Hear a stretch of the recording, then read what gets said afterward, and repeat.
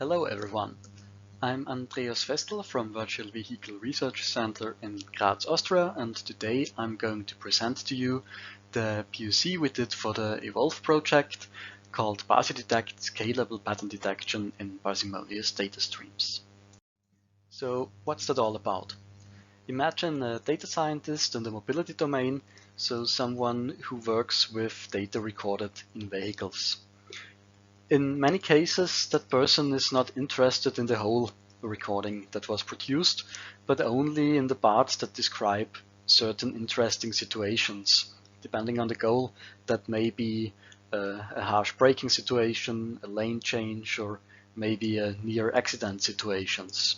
So we want to somehow extract those situations or patterns from the data. But in many studies, the data is produced by end users, so people who just carry a smartphone-based data logger maybe in their everyday lives.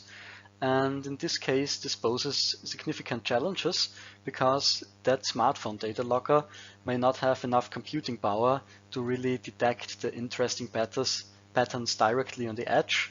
So it needs to transmit really the whole data stream. And this, of course, causes very high data volumes, so you need a really good connection all the time with the smartphone. And also, of course, the users may have privacy concerns, and rightfully so, because the data is continually transmitted and the people who have the data can see what to do and how to do it in the vehicle. So what do we propose? We have developed ParsiDetect also as an innovation in this POC, and this splits the pattern detection process into two parts. First, we search for a so-called pattern candidate in a low-frequency data stream. So a pattern candidate is a part of the measurement where we think it could be that there is an interesting situation, but we do not know yet for sure because we only have the low-frequency data to check. And then, only where those pattern candidates occur, we apply more accurate detection methods in the complete data in the high-frequency data stream. This has, of course, advantages because the only thing that is continually transmitted is the low-frequency stream with maybe 1 point every 2 seconds or 1 point every second, however we need it, but really low frequency. That is much less data volume. And also for this, we need to transmit only the signals of the recording we need for the candidate detection, which are usually much fewer signals than for the real detection. So we have a lower frequency and we have less signals that are transmitted. So we have lesser volume and increased privacy. How can that be implemented on the Evolve platform? On the very left here, we have the smartphone data logger, so the device that actually records the data in vehicle, and it has a ring buffer where it stores the current high frequency data. So on the smartphone, we have the high frequency data for, let's say, 2 minutes, and after that, the beginning is overwritten, so we only have the most current 2 minutes in that ring buffer. Additionally, the low-frequency data stream is transmitted here to the Evolve platform, passes through a message translator that connects the smartphone with our Kafka message broker, which we use as a central messaging hub. Then, if the low-frequency data is here, a pattern server checks the low-frequency data for pattern candidates. Could there be something interesting? And if a potentially interesting situation is identified, then that information is passed back to the smartphone. The smartphone checks, okay, this situation happened like 30 seconds ago. The data is still available in the ring buffer. Then it takes the data from the ring buffer only for the interesting situation and sends that again to the Evolve platform, where it's then checked by the so-called high-frequency pattern server in detail. Is the situation really as interesting as we thought? Does it contain the information we need?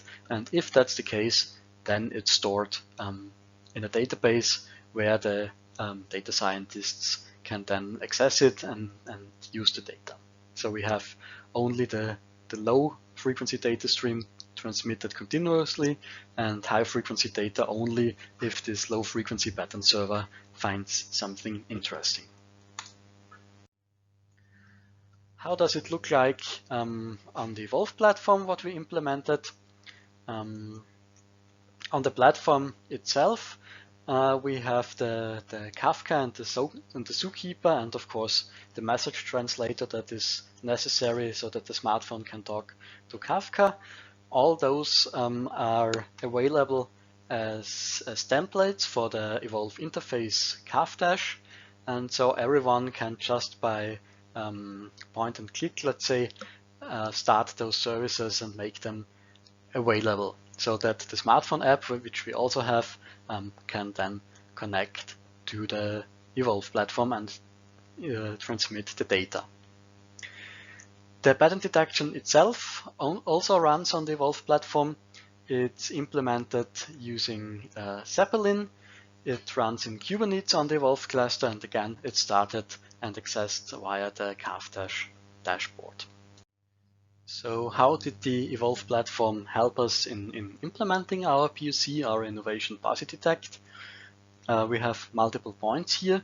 The first one is that it provides a way for us so that we can offer new users of our system a really easy system. So we have this dashboard CAF-dash, which is the single point of interaction for the Evolve platform, and there new users can just really start the templates and the services, and it's really easy. Everyone can do it, so there's a low entry barrier for new users, which is important for us. Then also we have the pattern detection process, which needs, of course, a lot of resources. And on the Evolve platform, that is implemented highly scalable, because the whole cluster is scalable, and also in our implementation we have the big data components, so it should not be a problem to scale that thing up if it really gets to the point where a lot of people use it at the same time. And everything that can be done with the POC can be done through CAF-dash, so you have on the platform a single point of interaction for everything, which is also great for our POC. Okay, that was my presentation of the POC Parsidetect we implemented for the Evolve platform. I thank you for your attention. I hope it was interesting, and if you have any questions, please reach out. I will be happy to answer them.